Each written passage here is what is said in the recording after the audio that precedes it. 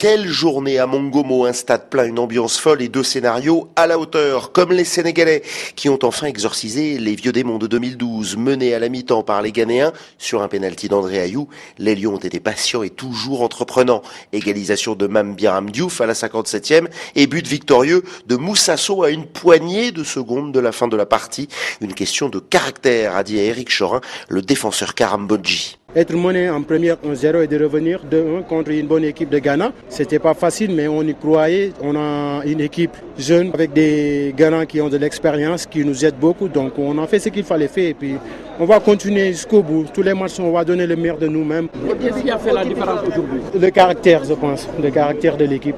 On y croyait jusqu'au bout. On s'est dit, à la mi-temps, c'est pas encore fini. Il faut continuer de pousser en deuxième mi-temps. On va aller chercher les 3 points. Menés, les Algériens aussi l'ont été 1-0 par de vaillants Sud-Africains avant que ceux-ci ne les remettent dans la partie en manquant un pénalty puis en égalisant contre leur camp. Ensuite, Goulam puis Slimani ont assuré une victoire un poil heureuse mais essentielle en vue des quarts de finale. Sofiane Fegouli. C'est la victoire qu'on retient, nous, et on est heureux dans la victoire. Chaque compétiteur se nourrit de ça et ce soir on avait besoin de ça et ce soir on repart avec les 3 points, c'est ce qui compte. Donc voilà, il nous reste maintenant 2 matchs pour passer dans ce groupe. Nous devons prendre les uns après les autres et comme j'ai dit, voilà, récupérer parce que dans cette compétition c'est le physique qui est primordial.